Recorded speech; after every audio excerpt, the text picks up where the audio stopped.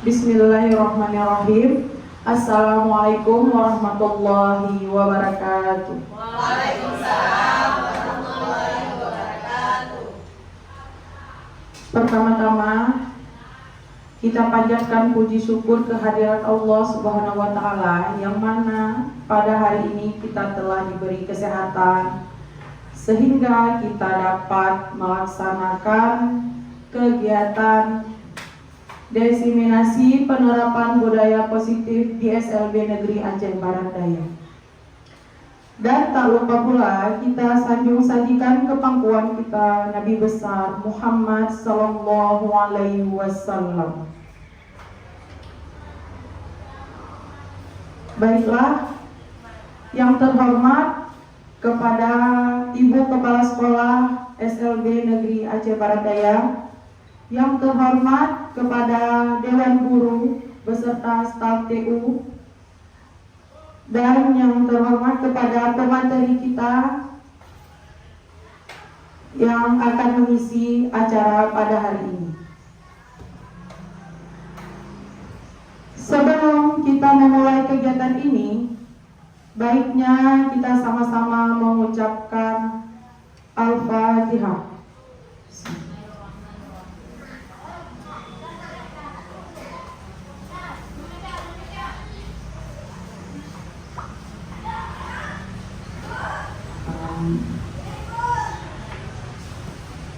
Untuk memulai acara ini, pertama-tama kita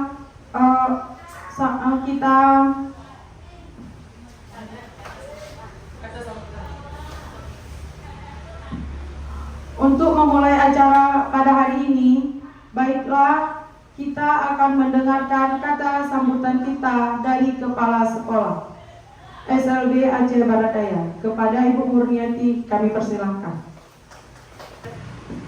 Assalamualaikum warahmatullahi wabarakatuh. Waalaikumsalam warahmatullahi wabarakatuh. Puji dan syukur kita panjatkan kehadirat Allah Subhanahu wa Ta'ala, yang mana hari ini kita telah diberi kenikmatan, nikmat kesehatan kepada kita, sehingga kita dapat berkumpul di ruangan ini. Dan tak lupa pula selawat dan salam kita alamatkan ke pangkuan Nabi kita Nabi Muhammad Sallallahu Alaihi Wasallam, yang mana beliau telah memperjuangkan umatnya dari alam kebodohan ke alam yang penuh ilmu pengetahuan, seperti yang telah kita rasakan pada saat ini.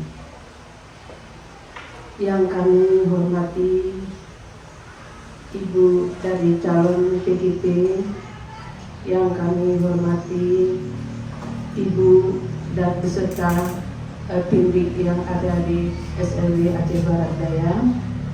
Pada hari ini teman-teman kita calon guru penggerak akan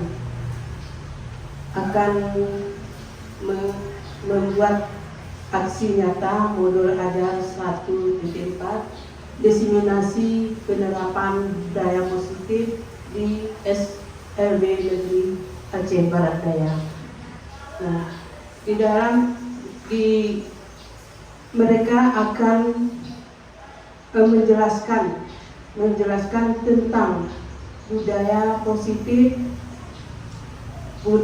kemudian disiplin positif, dan motivasi perilaku manusia, dan segi 3 restitusi.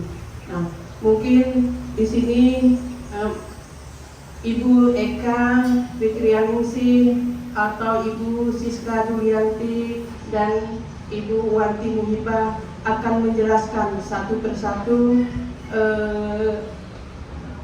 tentang budaya positif ini. Mungkin di dalam budaya positif ini kita ini guru-guru yang lain mungkin yang belum tahu apa budaya-budaya positif yang akan dijelaskan. Jadi marilah kita mendengarkan presentasi mereka, budaya-budaya positif apa yang ada di sekolah kita. Nah, setelah mereka nanti menjelaskan atau memaparkan materi yang dia sampaikan, mudah-mudahan ya kita dapat melaksanakan budaya-budaya positif di sekolah kita. Kita akan meniru budaya-budaya positif itu sehingga nanti ke depannya sekolah kita akan lebih baik lagi, akan ada perubahan setelah kita menjalaninya. Jadi oleh karena itu marilah kita sama-sama akan mendengarkan materi yang disampaikan oleh ibu-ibu sebagai guru, calon guru penggerak ini. Jadi hanya ini yang saya sampaikan, mudah-mudahan ke depan akan terlaksana dengan baik. Ibu akhiri, wabillahi taufiq wal hidayah. Assalamualaikum warahmatullahi wabarakatuh. Terima kasih kita ucapkan kepada kepala sekolah kita yang telah memberi kata sambutan. Baiklah, di sini kita akan mendengarkan materi yang akan disampaikan oleh pemateri kita. Yang pertama tentang perubahan paradigma belajar disiplin positif, motivasi perilaku. Materi ini akan disampaikan oleh saudari kita Ibu Eka Fitrianingsih. Kepada Ibu Eka Fitrianingsih kami persilahkan. Bismillahirrahmanirrahim. Assalamualaikum warahmatullahi wabarakatuh. Alhamdulillah, saya ucapkan terima kasih banyak kepada Dewan Guru semuanya, Ibu Kepala Sekolah yang sudah menyempatkan waktunya atau sudah meluangkan waktunya pada hari ini untuk mengikuti diseminasi pemaparan modul 1 tentang budaya positif. Nah, di sini insya Allah kami akan memaparkan atau menyebarkan pemahaman kepada rekan guru di SLB Negeri Aceh Barat Daya di sekolah kita tercinta ini tentang budaya positif. Nah, di sini nanti kami akan menyampaikan 7 materi tentang budaya positif, yang mana yang pertama itu perubahan paradigma belajar, disiplin positif, motivasi perilaku manusia. Nah, itu akan saya sampaikan sendiri. Selanjutnya nanti akan disampaikan oleh rekan saya. Nah, di sini maaf sebelumnya, yang pertama ini saya langsung saja ya Bapak Ibu tentang perubahan paradigma belajar.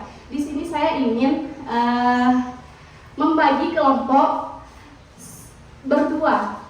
Dalam satu kelompok itu terdapat 2 orang. Terus pertama, kita harus buat kesepakatan dulu yang mana A, yang mana B, ya. Mungkin siapa? Ibu Siti A, Ibu silahkan yang A siapa? Kiri A. Oke, boleh. Yang kiri A, yang kanan B. Oke, baik, setuju ya. Nah, di sini tugas A itu adalah mengepal satu tangan Anda dan coba bayangkan bahwa di dalam gepalan tangan ini ada sesuatu yang sangat berharga dan Anda perlu menjaga hal yang berharga tersebut sekuat tenaga. Karena begitu pentingnya untuk kehidupan Anda, ya, dan harus dijaga ya. Nah, kemudian apa tugas yang B? Mencoba dengan segala cara untuk membuka kepalan tangan tersebut. Oke. Yang B ini tugasnya boleh membujuk, menghardik, mengintimidasi, memarahi, menggoda, menggelitik, bahkan menawari Anda yang uang agar Anda bersedia membuka kepalan tangan Anda. Bebas, mau diapakan aja. Silakan, saya mulai ini selama 1 menit ya. 1 menit.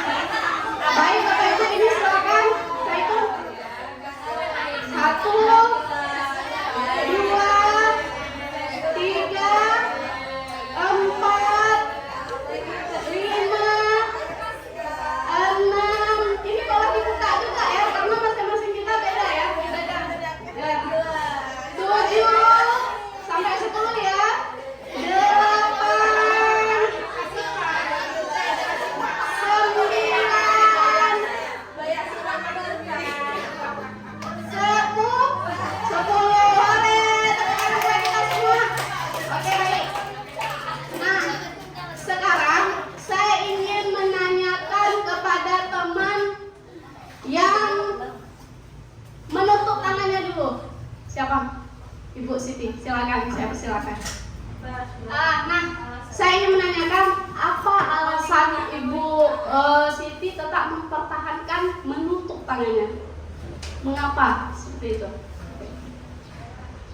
Jadi saya punya alasan kenapa saya tidak mau melepaskannya. Ini artinya tadi kata Bu Eka, berikan alasan apa yang ada di dalam genggamannya. Ini artinya kalau bagi saya ini adalah satu genggaman. Di dalam genggaman saya ini anak yang soleh dan solehah. Manapun cara orang mau mengambil dari saya akan mungkin ngasihnya. Baik, ya bagus ya. Itu masing-masing kita punya cara berpikir, punya cara mempertahankan ataupun posisi kontrol kita itu berbeda-beda. Baik, nah siapa yang membuka? Yang membuka? Ya, baik, mungkin saya kasih kesempatan.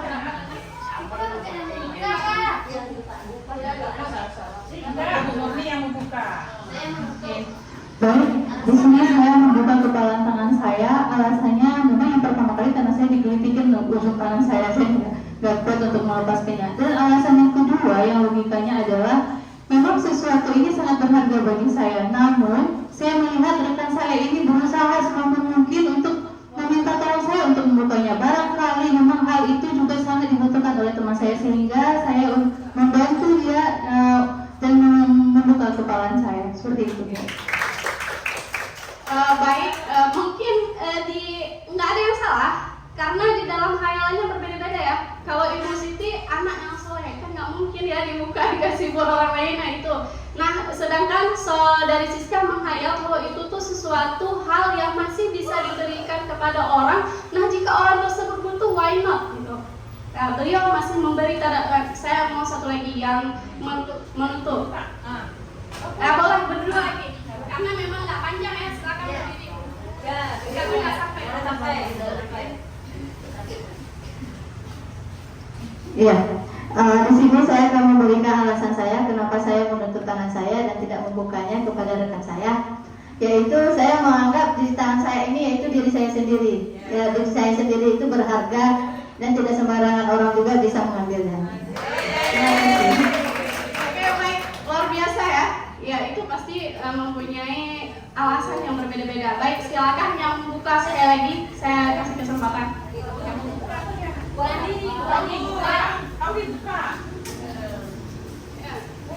yang membuka. Ini yang kepala ya, kami. Alasan saya sama seperti sama Bu Siska, cuma bedanya di ujung nanti saya dijanjikan buat jajan sama itu aja Bu. Berarti rayuan dari Bu Ani luar biasa ya. Tergoda dengan bahan jajan ya. Ya baik. Silakan kita lihat. Nah, jawaban kita terhadap pertanyaan-pertanyaan pertama dan kedua bervariasi ya. Ada yang membuka, ada yang menutup. Nah, pertanyaan ketiga tersebut, siapakah yang sesungguhnya mengontrol? Tentu kita sendiri yang memegang kontrol atas kepalan tangan kita. Apakah kita membuka atau menutup kepalan tangan kita itu tergantung pada diri kita masing-masing, sesuai dengan kebutuhan dasar kita saat itu. Ya, baik. Nah, selanjutnya, menurut Stephen R. Covey, di sini bagaimana seorang bisa berubah dari paradigma stimulus respon kepada pendekatan teori kontrol. Nah, di sini menurut dia, bila kita ingin membuat kemajuan perlahan sedikit-sedikit, ubahlah sikap atau perilaku kita. Namun, bila kita ingin memperbaiki cara-cara utama kita, maka kita perlu mengubah kerangka acuan kita. Ubahlah bagaimana Anda melihat dunia, bagaimana Anda berpikir tentang manusia, ubah paradigma Anda. Skema pemahaman dan penjelasan aspek-aspek tertentu tentang realitas. Nah, di sini saya akan menampilkan dari Stephen tadi ada stimulus respon dengan teori kontrol. Nah, di sini nanti akan ada tentang kepalan tangan Anda di mana posisi kita, seperti itu. Nah, di sini yang pertama, stimulus responnya realita, kebutuhan kita itu sama. Sedangkan di teori kontrol, realita kebutuhan kita berbeda tentu. Setiap orang mempunyai kebutuhan yang berbeda-beda. Di stimulus respon, semua orang melihat hal yang sama. tapi dikontrol. Setiap orang memiliki gambaran yang berbeda-beda. Nah, di sini kita mencoba mengubah orang agar berpandangan sama dengan kita, ini agak susah ya. Nah, tetapi di teori kontrol kita berusaha memahami pandangan orang lain tentang dunia. Jadi kita berusaha untuk memahami orang lain. Tidak harus orang lain itu memahami apa yang kita inginkan. Kita tidak bisa menarik orang harus sepemikiran dengan kita, seperti itu.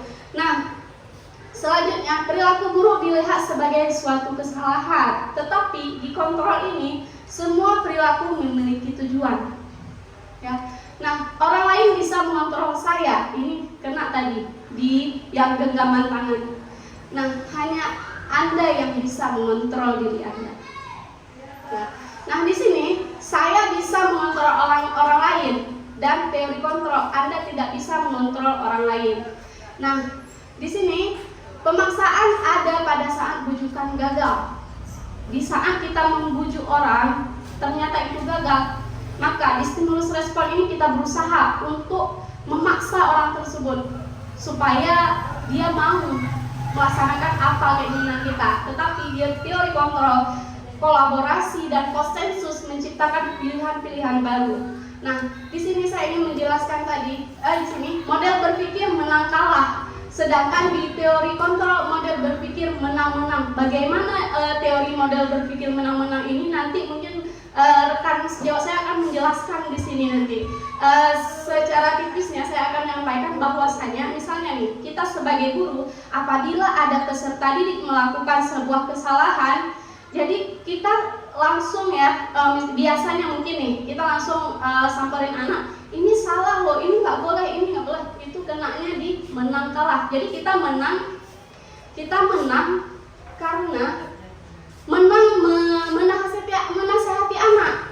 Tetapi peserta didik ini kalah dia tidak diberi ruang untuk menjelaskan apa kesalahannya. Tetapi di teori kontrol ini seorang peserta didik mampu mengayomi peserta didiknya tadi yang salah, mengajak, oh di mana terletak kesalahannya nak, kenapa kamu melakukan itu. Nah, setelah peserta didik menjelaskan, oh ya, mari kita selesaikan sama-sama. Akhirnya siapa yang pemenang? Pemenangnya adalah guru dan peserta didik. Nah, disinilah teori kontrol ini teori menang-menang, seperti itu. Nah, kita lanjut ke pembahasan kedua.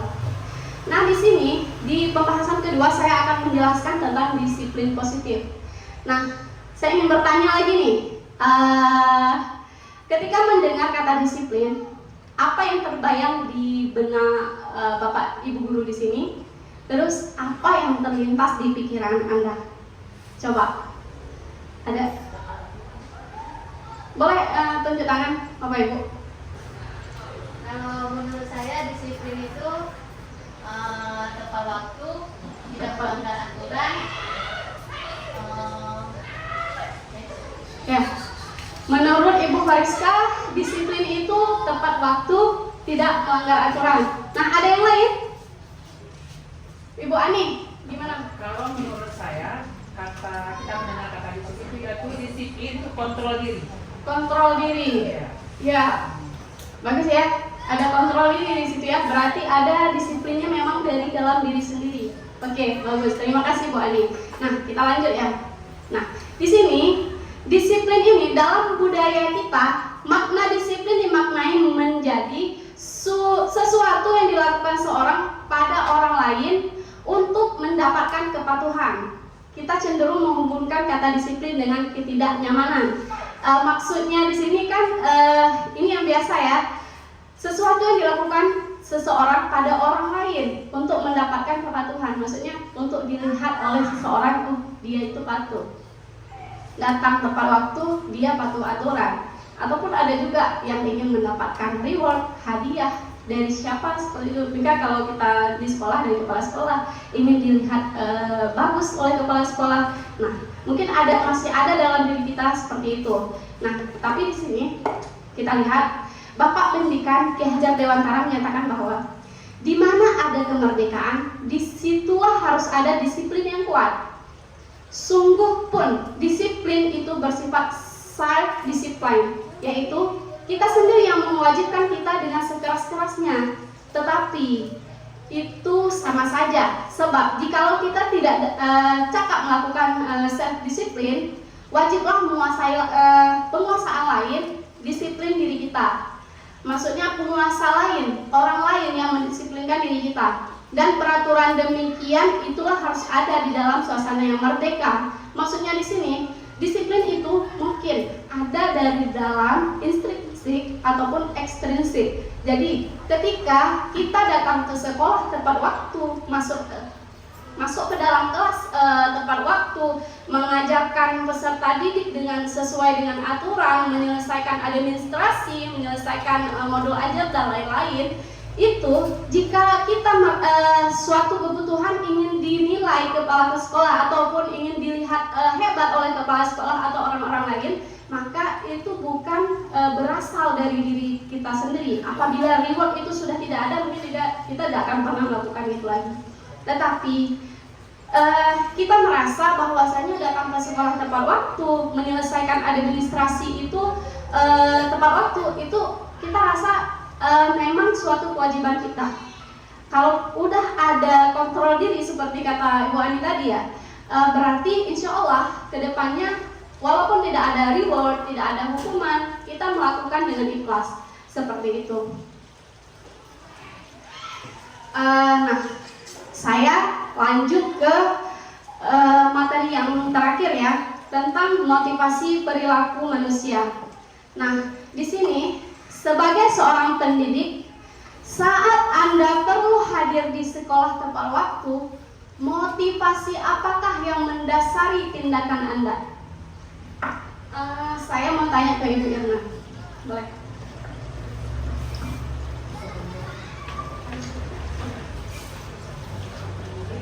Terima kasih kepada mereka. Sebagai seorang pendidik, saat Anda perlu hadir di sekolah tepat waktu, motivasi apakah yang mendasari tindakan Anda? Di sini, kalau menurut saya ya Bu Eka ya, hadir tepat waktu, karena saya juga sering terlambat, masih di luar. Saya pengen sebenarnya tepat waktu, cuma kendala saya di jarak tempuh saya Bu Eka, yang 1 jam di perjalanan ya Bu Eka ya. Walaupun saya pergi jam 7, jam 8 saya sampai di sini. Seperti itu Bu Eka. Terima kasih. Nah, apakah motivasi itu memang dari dalam diri ataupun karena pengen cepat itu karena mengingat kepala sekolah udah berdiri di depan pagar Bu? Kalau itu saya tidak mengingat seperti itu Bu Eka. Memang dalam diri saya pengen sendiri Bu Eka. Terima kasih ya, tidak apa-apa, beda-beda kita, beda motivasi kita. Ya baik, terima kasih kepada Ibu Irna. Mungkin ya, saya perjelas dari Ibu Irna, beliau pengen tepat waktu. Mungkin beliau keluar dari rumah sana udah jam 7 sampai ke sini jam 8 karena memang 1 jam perjalanan. Nah, orang yang dekat keluarnya jam 7.20 sampai ke sini jam 7.25, itu bedanya 5 menit. Mungkin itu ya. Motivasi dari beliau sudah ada, tapi memang jarak tempuh yang terlalu jauh ya. Terima kasih Ibu Irna, itu mungkin motivasinya memang berada dari dasar diri sendiri, hanya saja jauh yang memisahkan ya. Lanjut. Nah, di sini Diana Gosen dalam bukunya Reconstruction School Discipline menyatakan ada 3 motivasi perilaku manusia. Yang pertama, untuk menghindari ketidaknyamanan atau hukuman, itu yang saya sampaikan tadi. Jadi tidak nyaman dengan guru lain karena kenapa saya telat, seperti itu. Ataupun saya takut dihukum. Nah, yang kedua, untuk mendapatkan imbalan atau penghargaan dari orang lain. Nah, imbalan ini mungkin bisa nanti mungkin Ibu Kepala Sekolah mungkin ada imbalan, tapi kita memang disuruh disiplin ya, tidak selalu harus ada imbalan. Memang ada mungkin suatu instansi yang memberikan imbalan kepada guru-gurunya, dan saya rasa itu tidak mendidik kita seperti itu, tidak mendidik memiliki motivasi intrinsik. Nah, selanjutnya untuk menjadi orang yang mereka inginkan dan menghargai diri sendiri dengan nilai-nilai yang mereka percaya. Nah, Jika kita ingin menghargai diri kita sendiri, maka lakukanlah budaya-budaya positif tadi, seperti datang tepat waktu, masuk kelas tepat waktu, membuat ADM, dan melakukan sosialisasi sosial dengan teman-teman guru dan peserta didik. Segala sesuatu yang positif apapun itu memang karena kita menghargai diri sendiri dan memang tugas kita, tidak karena menghindari ketidaknyamanan ataupun hukuman. Nah, di sini mungkin itu tadi saya sudah jelaskan ya. Di sini, apakah Anda hadir karena tidak ingin ditegur oleh kepala sekolah atau pengawas Anda dan mendapatkan surat teguran, menghindari ketidaknyamanan dan hukuman? Itu yang pertama tadi. Anda ingin dilihat dan dipuji oleh lingkungan Anda atau mendapat penghargaan sebagai guru berprestasi. Nah, ini kita tidak bisa pungkiri. Yang dua ini pasti ada di dalam diri kita nih. Nggak banyak, sedikit, nggak besar, kecil, ya seperti itu ya. Karena kita manusia. Manusia itu tidak sempurna dan tidak lepas dari rasa ingin dipuji tadi. Nah, Anda ingin menjadi pembelajar sepanjang hayat, menjadi orang yang berusaha dan bertanggung jawab, serta menghargai diri Anda sendiri sebagai teladan bagi murid Anda. Nah, guru-guru Anda serta lingkungan Anda, karena Anda percaya tindakan Anda sebagai pemimpin pembelajaran akan menjadi panutan oleh lingkungan Anda, menghargai nilai-nilai kebajikan diri sendiri. Ini yang saya jelaskan tadi. Nah, mudah-mudahan Bapak Ibu nanti setelah budaya positif ini, setelah kita melakukan diseminasi ini, sedikit-sedikit kita akan beralih ya, dari sebelumnya kita merasa terpaksa ingin mendapatkan hadiah, akhirnya kita merasa bahwasanya ini memang tugas saya dan saya tidak bisa pungkiri, saya tidak bisa selalu mengharapkan hadiah ataupun ini yang dapat saya sampaikan. Saya selanjut kepada pemateri kedua. Silakan saya kembalikan kepada moderator.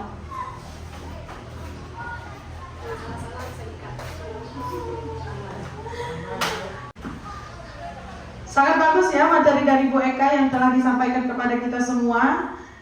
Begitu, ada yang sudah tersimpan di memorinya yang disampaikan sama Bu Eka, Ibu-ibu? Selanjutnya juga, ini juga ada materi nih, ini juga nggak kalah serunya nih. Kebutuhan dasar manusia dan posisi kontrol. Materi ini akan disampaikan oleh Ibu Siska Julianti. Kepada Ibu Siska kami persilakan. Assalamualaikum warahmatullahi wabarakatuh. Baik, Bapak, Ibu-ibu semua yang ada di sini, kita lanjut ke materi selanjutnya bersama saya Siska Julianti. Baik, Ibu-ibu semuanya, di sini saya menjelaskan mengenai bisa kita lihat ada 5 kebutuhan dasar pada manusia. Nah, mungkin nih sebelum kita memulai kelima kebutuhan dasar ini, Ibu-ibu yang tahu nggak apa saja kebutuhan kita sebagai manusia? Itu masih judul besarnya ya. Saya masih judulnya aja. Yang pertama ada power, penguasaan. Ada yang paham makna penguasaan? Kita berhak berkuasa. Oke, mungkin ini gambaran ringkas. Nanti akan saya rincikan selanjutnya di next selanjutnya. Ini yang kedua ada belonging. Apa itu belonging? Kasih sayang dan rasa diterima. Kita butuh nggak sebagai manusia membutuhkan kasih sayang nggak? Ya, butuh kasih sayang. Tidak hanya kita sebagai guru, siapapun itu sebagai manusia, baik itu siswa kita, anak kita di rumah, keluarga kita di rumah dan juga rekan sejawat, butuh dikasih sayang dan juga rasa diterima di dalam kelompok kita. Nah, yang ketiga freedom. Freedom itu berarti kebebasan. Nah, kita sebagai manusia benar nggak butuh kebebasan nggak kita? Atau kita hanya hidup ini hanya sesuai dengan aturan aja? Apa yang dikasih peraturan misalkan di sekolah, peraturan guru, tata tertib guru itu semua yang dipatuhi. Apa karena itu kita hidup? Apa hanya karena itu kita bekerja? Tidak ya. Tapi memang kebebasan itu memang adalah suatu kebutuhan kita, kebutuhan dasar kita sebagai manusia, baik itu di luar lingkungan rumah, di lingkungan sekolah maupun di lingkungan masyarakat. Kita juga butuh kebebasan. Selanjutnya adalah fun. Fun yaitu kesenangan. Ini juga hal yang memang paling kita butuhkan. Setiap ada pekerjaan yang membuat beban pikiran kita, pasti kita membutuhkan ada fun-nya, ada kesenangannya, ada happy-happy-nya, seperti itu. Kita kan tidak hidup kaku, ya, mentok aja ngikutin air mengalir ataupun seperti itu, berdiam diri. Kita juga butuh kebebasan, butuh jalan-jalan, ya, seperti itu. Nah, ini adalah 5 kebutuhan dasar manusia. Nah, ibu-ibu bisa dilihat, ini yang pertama ada bertahan hidup. Dari kebutuhan dasar kita, kebutuhan fisiologis, ya, lebih ke kebutuhan makan, minum, tempat tinggal, berpakaian, dan juga kesehatan. Itu adalah kebutuhan kita untuk dapat berlangsung hidup. Nah, yang kedua adalah rasa kasih sayang dan juga rasa diterima. Nah, bagaimana adil? Nah, yang ketiga adalah penguasaan. Nah, ini tadi saya tanya, penguasaan itu apa, Ibu? Tadi di sini adalah harga diri. Kita punya harga diri, dan itu memang harus kita pegang erat-erat. Yang selanjutnya adalah diakui atas prestasi. Kita tidak muluk-muluk, ya, bagian ini. Saya rasa walaupun kita bilang saya tidak membutuhkan prestasi itu, tapi itu adalah sebagai reward bagi kita. Walaupun kita bisa mereward diri kita sendiri, tapi kita juga butuh. Apakah orang yang pendengar ataupun yang penglihat itu respon nggak sama prestasi kita? Kalau misalkan dihargai, itu pasti merespon. Wow, luar biasa Ibu Maulidah. Timbul semangat baru pada kita. Dan juga itu kebutuhan kita itu akan menimbulkan semangat, akan belajar lagi bersungguh-sungguh, seperti itu.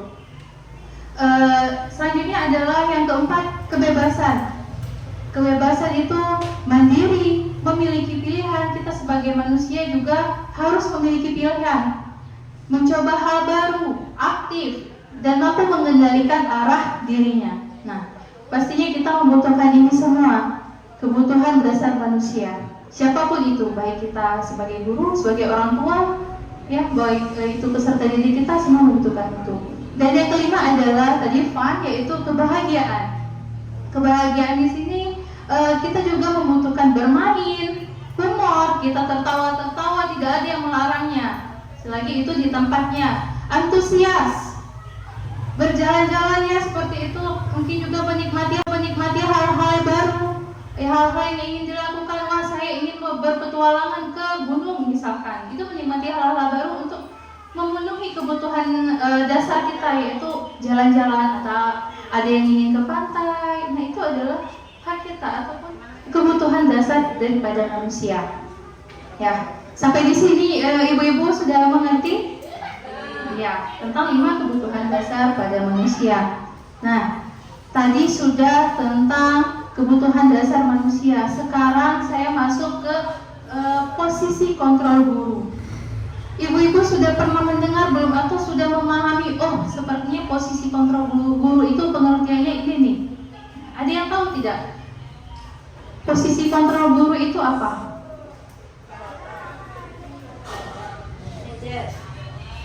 Manajer, ya, itu bagian-bagian dari posisi kontrol guru. Nama Ibu Wanti ataupun teman-teman yang lainnya, arti dari kontrol itu apa? Posisi kontrol, terutama sebagai kita sebagai guru. Mungkin ada yang bisa jawab. Ibu Syarifah? Gimana, Bu? Mengoreksi diri sendiri. Ya, oke. Yang lainnya? Itu jawaban tidak salah, Bu. Benar.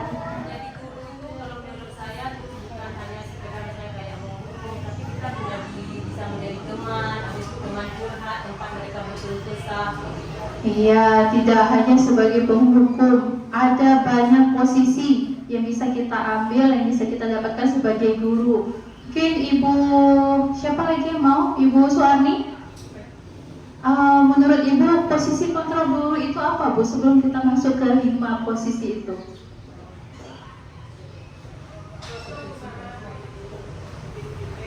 Posisi yang Oke, saya udah paham nih maksudnya dari bahasa hati nurani Ibu Suwarni, saya paham. Maksudnya itu adalah bagaimana kita cara penyampaian kita kepada anak. Nah, dari kelima posisi itu tadi adalah dari hati ya.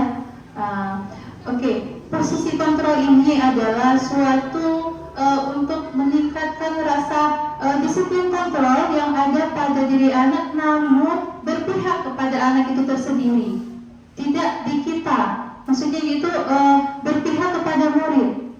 Nah, lihat, di sini ada 5 posisi kontrol. Yang pertama adalah posisi menghukum. Ayo, sebelumnya saya mau nanya, di antara 5 posisi ini, kira-kira nih, introspeksi diri aja lah, jujur-jujuran aja. Yang mana yang sering kita terapkan? Kalau kita menghadapi permasalahan yang ada pada murid kita, Bu. Menghukum. Iya benar. Saya juga seperti itu. Saya juga pernah menghukum. Saya juga memakai posisi kontrol itu. Gak apa-apa, jujur aja. Ada lagi? Membuat merasa bersalah. Itu sepertinya juga kita di sini sebagai guru di SLB pasti juga sering ya membuat merasa bersalah. Iya, sudah menghukum, membuat merasa bersalah pula. Ditimpa-timpa terus posisi kontrolnya. Benar sekali. Ada lagi? Menjadi teman. Oke, menjadi teman. Ya, terutama kita yang di jenjang sekolah, jenjang kita SMP, SMA itu bisa sekali kita membuat posisi kontrol kita itu sebagai teman ya. Karena komunikasinya lebih dekat. Ada yang pernah menjadi pemantau? Pernah, juga pernah. Manajer pernah. Nah, memang terlihat bahwa dari kelima posisi kontrol ini sepertinya kita juga sudah ada ya di dalam diri kita. Nah, apakah semuanya ini bagus atau tidak? Bagus, berbeda-beda ya. Banyak positif dan banyak negatifnya pula. Nah, tapi di dalam posisi kontrol guru itu inilah ada 5 posisi kontrolnya. Jadi kita bisa mengingat kembali saya memakainya di posisi kontrol mana ya. Oh, saya seringnya di menghukum nih. Itu tergantung kepribadian anak-anak, Bu. Tergantung kepribadian anak-anak dan juga satu lagi mungkin Bu, tergantung kesalahan ataupun masalah yang dihadapi anak. Benar? Iya. Jadi kita bisa mengambil itu. Tapi balik lagi, setiap posisi kontrol itu ada hal yang positif dan juga negatifnya, ada juga dampak buruknya. Oke, Ibu, di sini ada contoh penerapan 5 posisi kontrol. Saya mengambil suatu kasus, yaitu kasusnya ada siswa yang terlambat datang ke sekolah. Nah, ini bentuk komunikasinya. Jika kita sebagai penghukum, itu misalnya gini, kamu terlambat, lari keliling lapangan sebanyak 5 kali putaran. Seperti itu ya, sebagai penghukum ya. Kita tidak memperdulikan konsekuensi ataupun tidak peduli anak, nanti kasihan bakalan capek. Nggak peduli itu terkadang. Silakan putar lapangan 5 kali. Ibu tahu nggak? Hasilnya itu anak-anak itu dapat memberontak dan bahkan bisa menyalahkan orang lain, mencari celah untuk melindungi dirinya. Seperti tadi memberontak ya. Bukan saya aja telat, dia juga telat. Kenapa saya 5 ini keliling lapangan? Habis itu ataupun yang tidak mau keliling lapangan mencoba untuk menyalahkan orang lain. Itu Bu, saya 5 kali dijemput tadi, saya 8 kali diantar. Anda ada Honda tadi Bu, kan seperti itu. Tapi kita sebagai guru ini tadi mungkin langsung nggak peduli, lari 5 kali. Setelah lari baru masuk kelas. Nah, itu adalah contoh bentuk komunikasi kita sebagai penghukum. Yang kedua adalah membuat merasa bersalah. Bentuk komunikasinya contohnya seperti ini. Berapa kali ibu harus memberitahu atau menegur kamu, nak? Kamu selalu aja mengecewakan ibu. Sering nggak kita ngomong kayak gitu, Bu? Sering ya. Memang apalagi anak-anak kita yang luar biasa ini, kata-kata ini kayaknya selalu berulang kali kita ucapkan. Kecewa ibu sama kamu. Kemarin udah ibu bilang nih, kamu ulangi lagi. Nggak sayang ibu kamu sama ibu. Capek ibu, nak. Baru ibu pel, udah kamu siram lagi. Baru ibu sapu, udah kamu taburin lagi. Nah, kan contoh hal kecil seperti itu. Nah, ini adalah contoh dari membuat merasa bersalah. Dan hasilnya anak bisa saja menyangkal, ya, menyangkal itu berdalih alasan seperti itu, ataupun ada juga yang tidak peduli, ada juga yang berbohong. Bukan saya bu, dia tadi tolak saya, makanya jatuh. Ada nggak yang kayak gitu?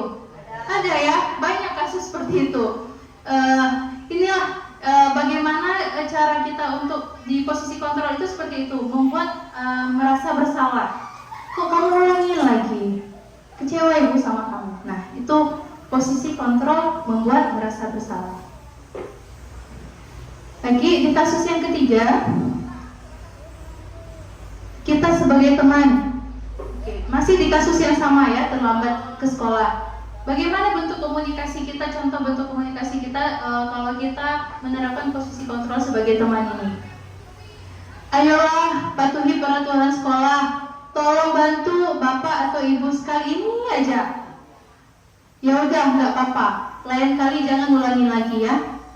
Sering nggak kita gitu juga bu? Ya terutama mungkin saya pribadi di jenjang SMA yang mengajar di SMA itu sering kali saya ucapkan. Ya, ya udah tidak apa-apa. Lain kali jangan ulangin lagi ya. Pokoknya besok kayak gitu lagi. Besok gitu. Atau apa hasilnya? Ketergantungan, benar kan? Hasilnya adalah ketergantungan. Karena apa? Merasa nanti juga bakal dibantu sama ibu. Pasti juga siswanya di saat kita tidak menolongnya lagi pasti bilang, saya kira ibu bakal bantu saya lagi. Biasanya ibu bantu saya, ini kok ibu nggak bantu saya? Kan ketergantungan. Berharap maksudnya kalau ada kesalahan, oh nggak apa-apa, nanti dibantu lagi sama ibu. Misalkan ada barang yang di kelas yang rusak ataupun ada yang bertabur seperti itu, ataupun ini siswa terlambat datang sekolah, oh ya udah nggak apa-apa kali ini, besok jangan ulangi lagi. Ternyata diulangi lagi. Kebetulan tuh nggak ada ibunya, ya nggak ada wali kelasnya di situ, nggak ada yang nolongin dia, kan berlanjut. Nah itu adalah bentuk dari hasil dari merasa sebagai teman itu tadi. Jadi hasilnya adalah ketergantungan. Selanjutnya yang keempat adalah pemantau. Pemantau di sini saya rasa kita semua juga sebagai pemantau ya. Atau memang ada ibu-ibu di sini yang memang cukup memantau saja nih, nggak ada yang lain menghukum. Saya nggak pernah bu, saya nggak pernah jadi teman, saya cukup pantau aja. Ada nggak di sini? Ada masalah tertentu ataupun tergantung oleh peserta didiknya, seperti itu ya. Nah hasilnya apa? Hasilnya itu menyesuaikan diri bila diawasi. Maksudnya seperti apa? Bisa saja dia berdalih saat dia diawasi, ataupun itu ada Bu Siska tuh ngintip dari kelas 1. Nggak usah di situ, di sana aja kita pindah. Ada kan seperti itu? Ada ibu piket di situ. Jangan di situ, nanti nampak kita main lato-lato. Nah, pindah aja kita ke belakang yuk. Itu untuk menghindari, untuk kita diawasi tadi. Mungkin si siswa juga udah paham, oh kalau tipe ibu ini dia lebih ke mengawasi kita dari jauh. Ya, main pantau seperti ini saja, seperti itu ya. Nah, itu adalah bentuk dari pemantau. Yang kelima adalah posisi manajer. Oke, di sini siapa yang pernah melakukan posisi manajer ini, Bu? Bentuk komunikasinya contohnya seperti ini. Apakah kamu tahu kesalahanmu? Kira-kira bagaimana kamu memperbaiki kesalahanmu, nak? Ada nggak kira-kira kita di sini untuk mengajak siswa ngobrol face to face, ya, untuk menanyakan permasalahan apa yang sudah terjadi? Kira menurut kamu itu salah atau tidak? Itu konsekuensinya apa bagi kamu? Kamu tahu peraturan sekolah? Kan seperti itu bentuk komunikasinya. Kira-kira ada nggak kita di sini yang menerapkan ini? Ada, jelas ada. Nah, bagaimana hasilnya? Hasilnya dapat menguatkan pribadi. Apa maksudnya menguatkan pribadi? Kita tahu konsekuensi ataupun, ya Bu, saya tadi sudah melakukan kesalahan. Tadi saya sudah, kan kita ngomong nih, kenapa tadi nak? Oh dia Bu ngambil pulpen saya. Oh saya ngambil uang jajan dia. Kenapa kamu ambil? Uang saya nggak cukup Bu, saya ambil uang dia. Kamu tahu itu salah? Tahu Bu. Ya, dia mengakui kan itu kesalahannya. Tapi kalau di posisi penghukum belum belum tentu suatu saat dia mengakui itu. Dia malah mencari kawan lagi untuk kena hukuman. Ada nggak seperti itu? Bukan saya aja Bu, ada satu lagi, dia juga. Gitu-gitu nantinya jadinya. Terus menerus seperti itu. Nah, kalau di posisi manajer ini tadi, kita menanyakan secara baik-baik, menurut kamu itu bagus nggak? Boleh nggak ngambil punya kawan? Contoh seperti itu ya. Boleh nggak terlambat? Ini tadi dari kasus siswa terlambat datang sekolah ya. Menurut kamu tidak kesalahanmu? Tahu Bu, saya terlambat. Kira-kira bagaimana kamu memperbaiki kesalahanmu? Oke, tadi dengan alasannya terlambat, saya telat bangun Bu, telat tidur misalkan, jadi telat bangun. Jadi kira-kira bagaimana nak kesalahannya nak? Ya Bu, insya Allah ke depan saya buat alarm lebih cepat lagi, misalkan contoh seperti itu, agar saya nggak telat tidur, agar saya juga cepat bangunnya. Nah itu bentuk dari komunikasi kita. Hasilnya adalah penguatan pribadi kita. Nah seperti itu. Oke.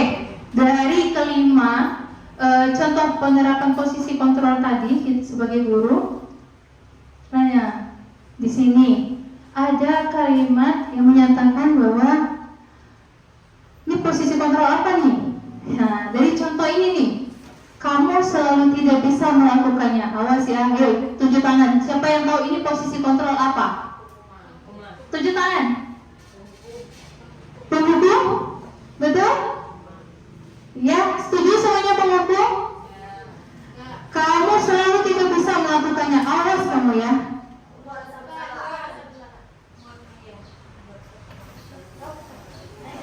Benar seperti kata Ibu Siti tadi, ini adalah penghukum. Ada kalimat awas ya. Awas kamu, itu kan seolah kita mengancam.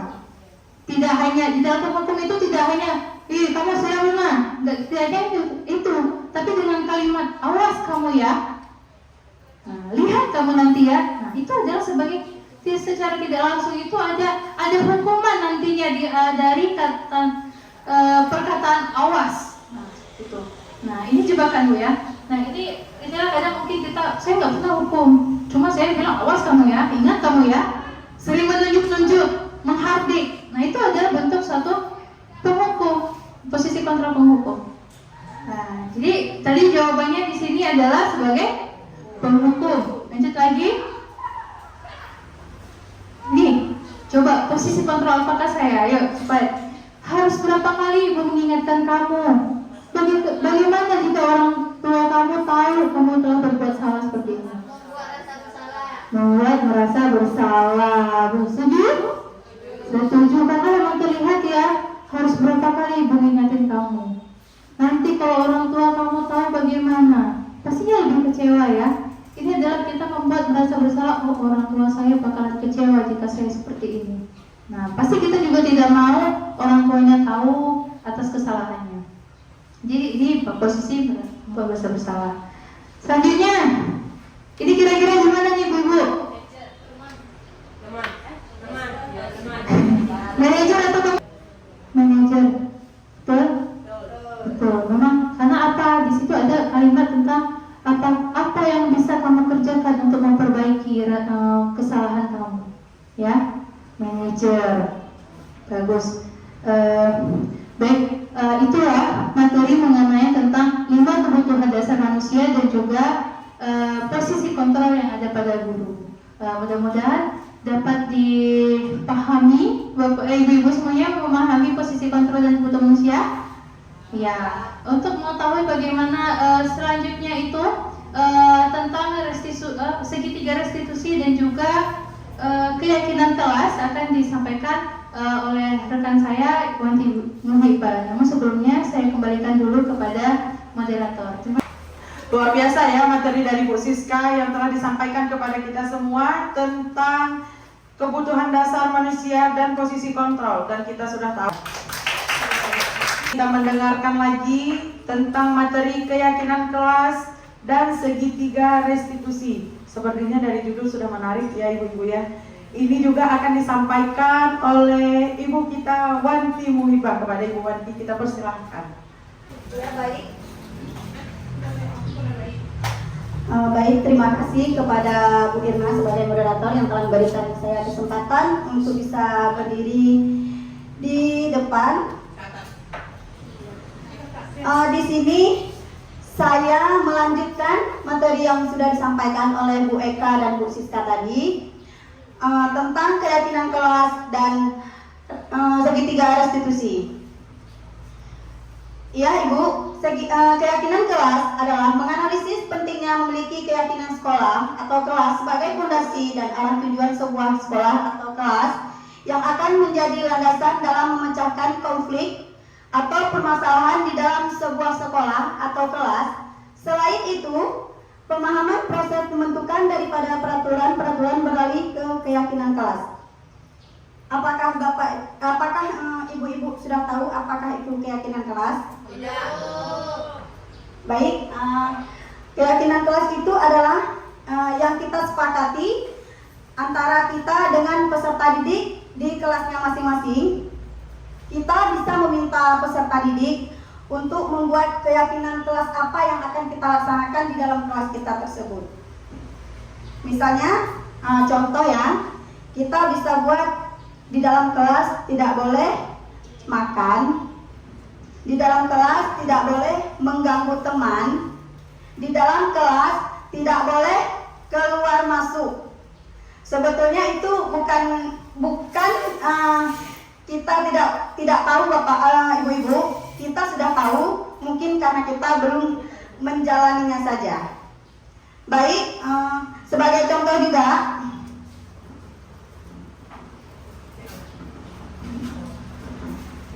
saya ngajar di kelas 3 SDLB ya. Di sini kadang siswa membuat kita saling menghormati. Kita saling menghormati itu, ibu-ibu tahu contohnya apa kita saling menghormati? Menghormati itu ada guru. Iya, bagus Bu Siska. Bu Siska memang sudah paham ya. Selanjutnya, siswa saya membuat kesepakatan kita gigih dan melakukan yang terbaik. Apa yang dimaksud kita gigih dan melakukan yang terbaik? Ya, kalau di dalam kelas kita harus mendengarkan apa yang dijelaskan sama guru. Selanjutnya, peserta didik membuat kesepakatan kita belajar dan bermain dengan aman. Di sini juga kita sebagai guru ya melihat apa-apa saja permainan yang dimainkan sama peserta didik kita. Karena walaupun itu cuman batu kecil, tapi juga bisa melukai teman yang lainnya. Selanjutnya, kita bersikap baik dan jujur. Ya, ketika peserta didik membuat suatu kesalahan, dia harus jujur dan mengakui kalau dia yang berbuat salah, bukan teman-temannya. Apakah anak-anak kita di sini sudah berbuat jujur dan bersikap baik? Menurut ibu-ibu? Belum. Tergantung kepada apa yang dikerjakan atau yang dilakukan peserta didik saat itu. Apakah dia berani jujur kalau dia itu berbuat salah? Apakah tidak? Ya, yang terakhir, kita mengucapkan tolong dan terima kasih. Iya, pembiasaan untuk peserta didik dan kita guru juga harus bisa ketika mau meminta sesuatu, bisa dengan meminta tolong, tidak langsung menunjuk kiri dan kanan. Ibu-ibu, saya ingin bertanya kepada ibu-ibu di sini, apakah kita di kelas 1 SD sampai kelas 3 SMA sudah membuat kesepakatan kelas di dalam kelasnya masing-masing? Ada yang sudah dan ada yang belum. Ada yang sudah, ada yang belum. Ya, Iya. sedikit kami coba menanggapi ya dari Ibu tadi. Iya, Bu Ani. Karena kita posisi Ibu Wanti sama saya pribadi itu masih di kelas rendah. Iya. Jadi kita masih menggunakan gambar. Iya, betul. Contohnya kebetulan di sini semua ini ruangan kelas 1 yang kita Iya. pakai. Nah seperti itu. Nah kita cara mau berwudu, kami selalu menggunakan gambar. Belum ada berbentuk tulisan. Iya. Karena pesan yang kita sampaikan melalui gambar. Ya, betul sekali Bu Ani. Kami juga sudah ada kesepakatan kelas, yaitu tidak boleh makan sebelum berdoa. Betul.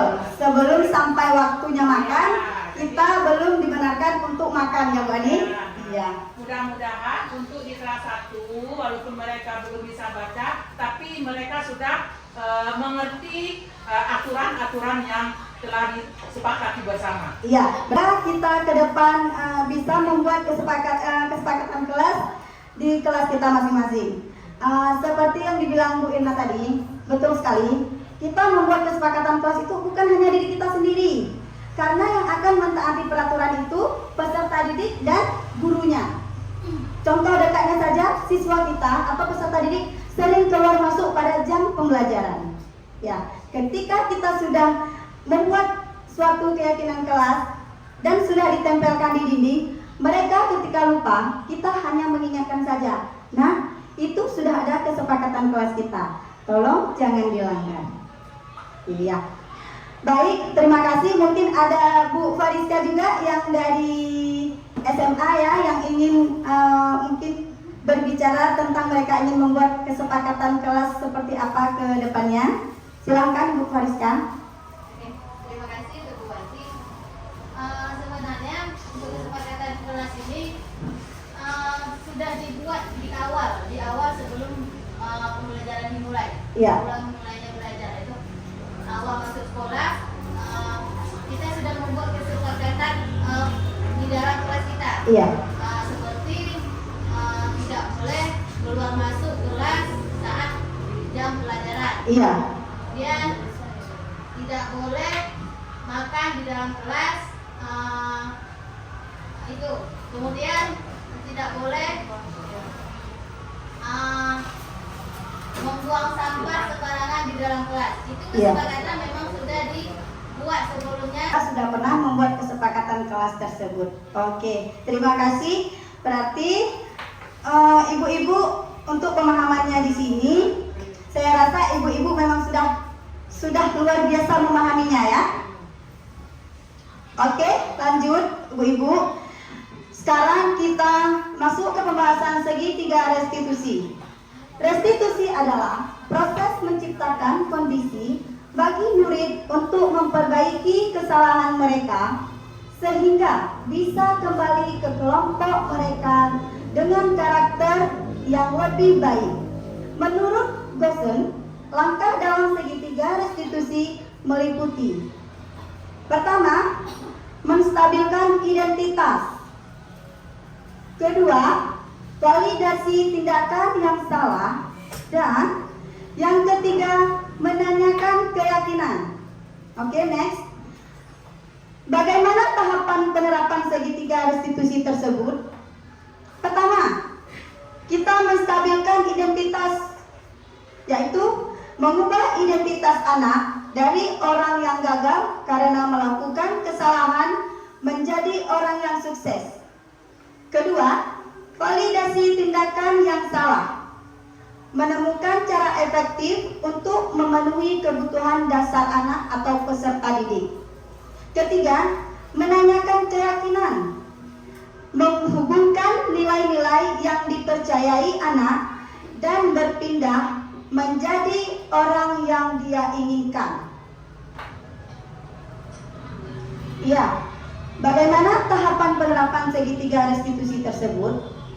1. Menstabilkan identitas. Berbuat salah itu tidak apa-apa. Di sini dikatakan berbuat salah itu tidak apa-apa. Bagaimana pendapat ibu-ibu? Berbuat salah yang bagaimana yang dibilang tidak apa-apa? Maksudnya ini untuk menstabilkan suasana ketika peserta didik berbuat salah. Kita sebagai manusia tidak ada yang sempurna. yang sempurna. Kita berbicara kepada anak. Ibu juga pernah berbuat salah. Bukan hanya kalian. Karena kita adalah manusia biasa. Kemudian kita bicara kepada anak. Kita akan menyelesaikan permasalahan yang sedang dialami peserta didik. Kedua, validasi tindakan yang salah. Kita bertanya, kamu pasti punya alasan mengapa melakukan hal itu. Contoh, siswa mungkin datang terlambat, ya kan? Kenapa? Kita bertanya, kenapa kamu melakukan itu? Atau mungkin siswa melempar temannya. Dia juga berbicara kepada kita, dia akan memberikan alasannya. Karena teman saya mengganggu, makanya Bu, saya marah. Tetapi kita harus memberikan percaya diri kepada siswa. Kamu patut bangga pada dirimu sendiri, karena kamu telah melindungi sesuatu yang penting buatmu. Kamu boleh mempertahankan sikap itu. Sikap yang bagaimana? Sikap yang baik. Jangan ketika anak berbuat salah kita suruh mempertahankannya, ya kan? Masa sudah tahu anak-anak berbuat salah, tapi kita mendukungnya? Itu tidak mungkin, ya. Selanjutnya, ketiga, menanyakan keyakinan kelas. Nah, di sini tadi kita sudah pembahasan tentang keyakinan kelas, ya kan? Kita bisa bertanya kepada siswa, atau mungkin kenapa kita harus mengulang-ulang pertanyaan itu? Karena siswa itu melanggar. Lagi makan, lagi belajar, dia keluar masuk. Atau mungkin lagi jam pembelajaran, dia makan di dalam kelas. Kita bisa menunggu dan menunjukkannya. Kita sudah punya keyakinan kelas karena kita bisa lihat ke papan atau tempat yang sudah disediakan keyakinan kelas tersebut. Dan peserta didik akan ingat dan tidak akan melanggar apa yang telah disepakati di dalam kelas. Kemudian ibu-ibu, saya ingin bertanya kepada ibu-ibu, kelas yang ideal yang bagaimana yang kita impikan? Bagaimanakah kelas ideal itu? Ada yang bisa? Iya, Bu Siti, silahkan. Kalau menurut saya tuh kelas yang ideal itu adalah kelas yang seperti kita inginkan. Bukan dalam arti kata misalnya yang harus bagus, tetapi dengan adanya kesepakatan kelas tadi ataupun dengan keyakinan kelas yang sudah kita sepakati, itu menurut saya sudah bisa menjadi sesuatu tentang kelas yang ideal. Jika itu tadi sudah terpenuhi, nggak mesti harus bagus, nggak mesti harus yang gimana lah. Ya, Bu Ides, ada yang ingin ditambahkan? Silahkan. Kalau menurut saya, kalau masalah kelas ideal itu kelas yang bagaimana kelas ruangannya itu merasa kita menyenangi, senang. Ada apa, misalnya ada pojok belajar seperti gambar sini. Jadi membuat anak-anak di dalam kelas membuat rasanya nyaman atau bergairah. Ketika memandang mata dimasuk dalam lokal, jadi indah pemandangannya.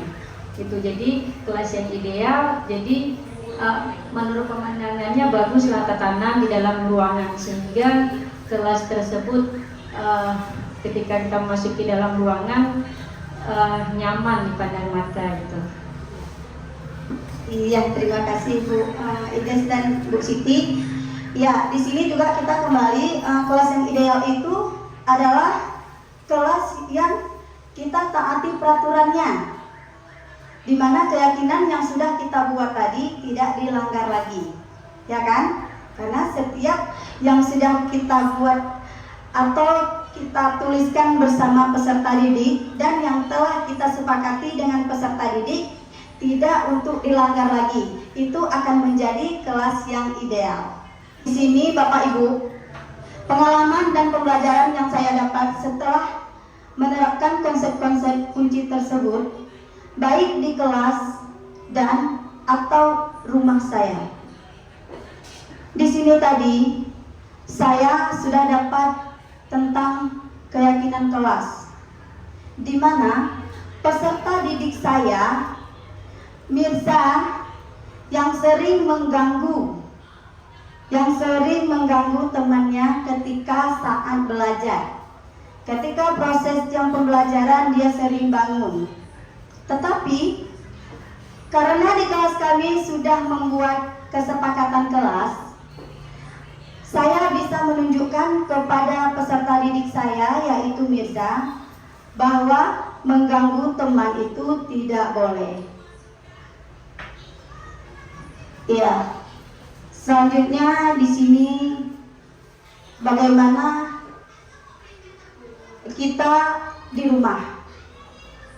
Jujur, sebelum saya mempelajari budaya positif ini, saya di rumah itu, saya seorang ibu, sudah mempunyai 3 anak, dan saya itu sering menjadi penghukum untuk anak-anak saya di rumah.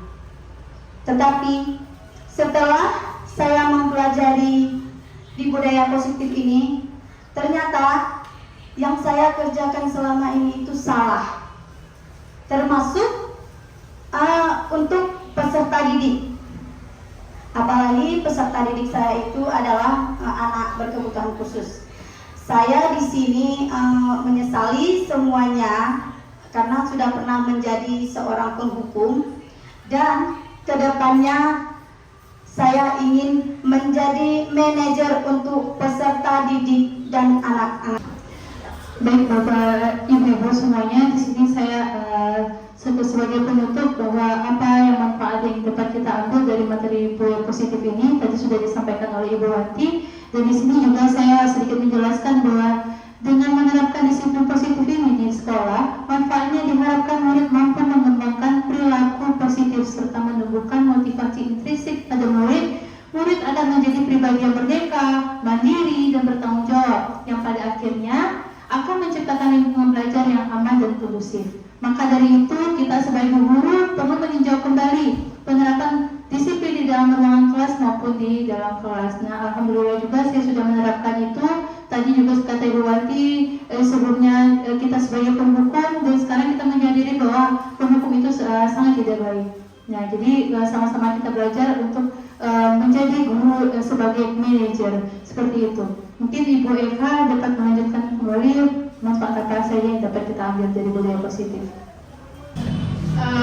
Baik Bapak Ibu, saya akan menyimpulkan tentang pertanyaannya, pengalaman dan pembelajaran yang saya dapat setelah menerapkan konsep-konsep kunci tersebut baik di kelas ataupun di rumah. Tentu saja konsep kunci tadi ada budaya positif. Dari ketujuh budaya positif tadi, perubahan paradigma belajar, disiplin positif, motivasi perilaku manusia, kebutuhan dasar manusia, posisi kontrol restitusi, keyakinan kelas, segitiga restitusi. Nah, ini sedikit tidaknya saya udah banyak mempelajari, sudah ada perubahan seperti paradigma belajar ataupun disiplin positif. Nah, disiplin positif di sini alhamdulillah saya sudah menjadikan diri posisi kontrol saya bahwasanya disiplin itu saya memang harus berasal dari dalam diri saya, tidak mengharapkan imbalan ataupun karena sebuah hukuman.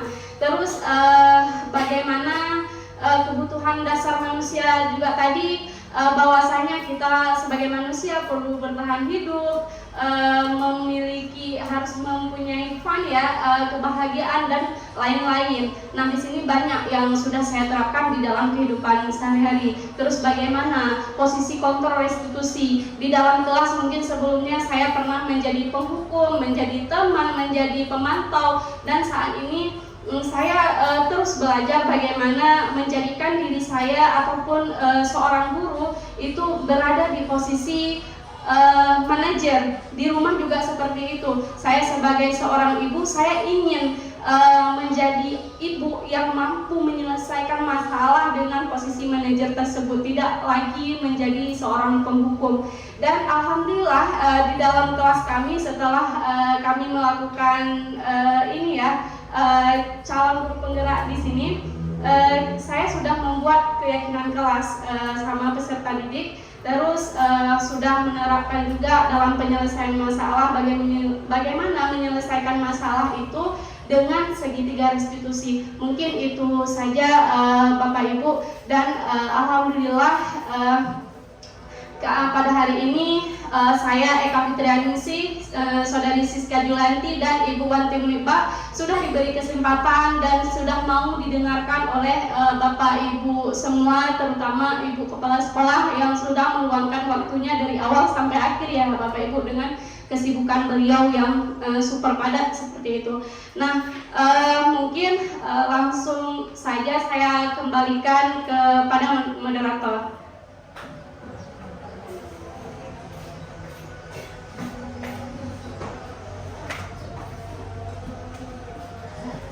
Terima kasih kepada pemateri kita, sangat luar biasa ya pematerinya Ibu-Ibu, yang bisa membuat kita lebih terbuka lagi wawasannya seperti itu.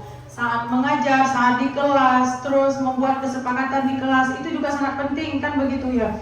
Karena kesepakatan itu juga kita perlukan di kelas supaya peserta didik kita tahu bagaimana peraturan di kelas. Karena di kelas juga butuh peraturan kan seperti itu.